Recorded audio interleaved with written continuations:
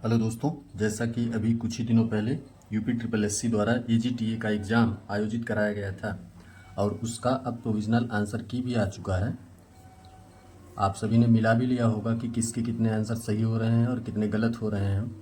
अगर पूरी तरीके से देखा जाए पेपर तो ये मॉडरेट टू टफ था। इजी तो नहीं कहा जा सकता क्योंकि आजकल यूपी ट्रिपल एससी का जो पैटर्न चल रहा है उसके हिसाब से पेपर टफ ही बन रहा है। तो दोस्तों इसमें टोटल 3,446 पोस्ट थे। 3,446 पोस्ट और इसकी पेट की कट ऑफ शार्ट लिस्ट की गई थी 37,845 स्टूडेंट को। ये शार्ट लिस्टेड स्टूडेंट हैं और अब परीक्षा में 90% लोगों ने अपनी उपस्थिति दर्ज कराई है। 90% लोग उपस्थित हुए हैं, या तो आप ये कह सकते हैं कि 37,845 का 90% 34,060 स्टूडेंट होता है। तो दोस्तों अब हम देखेंगे कि कंपटीशन किस स्तर का है। कंपटीशन देखने के लिए हम क्या करते हैं कि टोटल प्रेजेंट स्टूडेंट से टोटल नंबर ऑफ पोस्ट को डिवाइड कर देते हैं और डिवाइड करने के बाद हमें लगभग 9.88 आता है। इसलिए हम कंपटीशन ये मान के चलते हैं कि पर पोस्ट के लिए कंपटीशन जो है 9 स्टूडेंट का है। पर पोस्ट के लिए कंपटीशन 9 स्टूडेंट का है, मतलब हर पोस्ट के लिए 9 स्टूडेंट फाइट करेंगे। और अब आगे हम देखते हैं कि प्रोविज़नल आंसर की आउट हो गई है और आप लोगों ने मिला भी लिया होगा।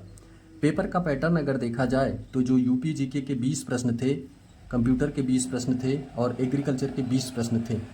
इसके अकॉर्डिंग यूपी जीके में अगर देखा जाए तो हार्ड जो थे वो तो थे ही, लेकिन जो थोड़ा सा इजी क्वेश्चन थे उनकी संख्या कम से कम 5 से 8 थी।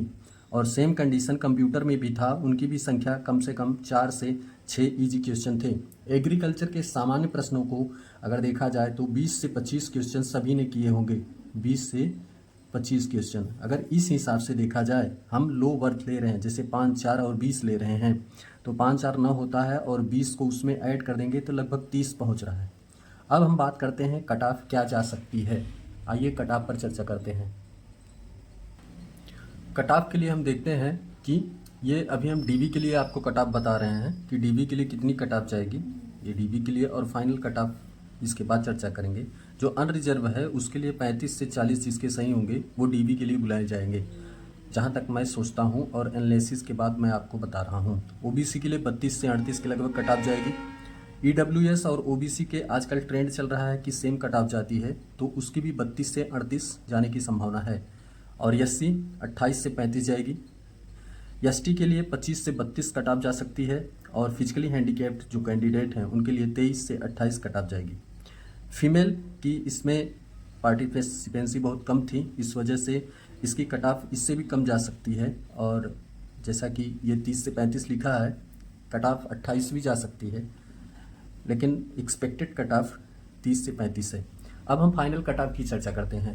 फाइनल कट ऑफ के लिए आपके जो डीबी के कट ऑफ हैं उनमें +10 कर लीजिए या +8 कर लीजिए। डीबी के लिए कम से कम जिसके 50 क्वेश्चन अनरिजर्व में हैं वो बिल्कुल सेफ जोन में है। सिलेक्शन 50 से नीचे भी हो सकता है, ऐसा नहीं है कि 50 ही जाएगा, लेकिन 50 जो हैं बिल्कुल सेफ जोन में चले जाते हैं। और ओबीसी के कैंडिडेट जो 45 से 50 के बीच में है वो भी सेफ जोन में है। और ईडब्ल्यूएस का भी सेम कंडीशन है, वो भी 45 से 50 में सेफ जोन में है। और अब हम देखते हैं कि एससी की क्या कंडीशन है। कंडीशन एससी की है 10 कर लीजिए या +8 कर लीजिए। डीबी के लिए कम से कम जिसके 50 क्वेश्चन अनरिजर्व में हैं वो बिल्कुल सेफ जोन में है। सिलेक्शन 50 से नीचे भी हो सकता है, ऐसा नहीं है कि 50 ही जाएगा, लेकिन 50 जो हैं बिल्कुल सेफ जोन में चले जाते हैं। और ओबीसी के कैंडिडेट जो 45 से 50 के बीच में है वो भी सेफ जोन में है। और ईडब्ल्यूएस का भी सेम कंडीशन है, वो भी 45 से 50 में सेफ जोन में है। और अब हम देखते हैं कि एससी की क्या कंडीशन है। कंडीशन एससी की है कि जो भी 45 या 45 से नीचे भी है एक आध दो नंबर, लगभग 43 से 45, वो सेफ जोन में है। एसटी का कैंडिडेट जिसके नंबर लगभग 40 सही हैं वो सेफ जोन में है। और फिजिकली हैंडीकैप्ड जो भी 35 से 40 के बीच में है वो सेफ जोन में है। फिजिकली हैंडीकैप्ड जो है वो 35 से 40 के बीच में है वो सेफ़ है, और फीमेल जो 40 हैं वो भी सेफ़ हैं। तो दोस्तों ये लगभग 50 से 100 स्टूडेंटों का आंसर की मिलाने के बाद जो रिज़ल्ट आया था उसके आधार पे हमने बताया है। ये फाइनल नहीं हो सकता, लेकिन नज़दीकी मामला हो सकता है। धन्यवाद।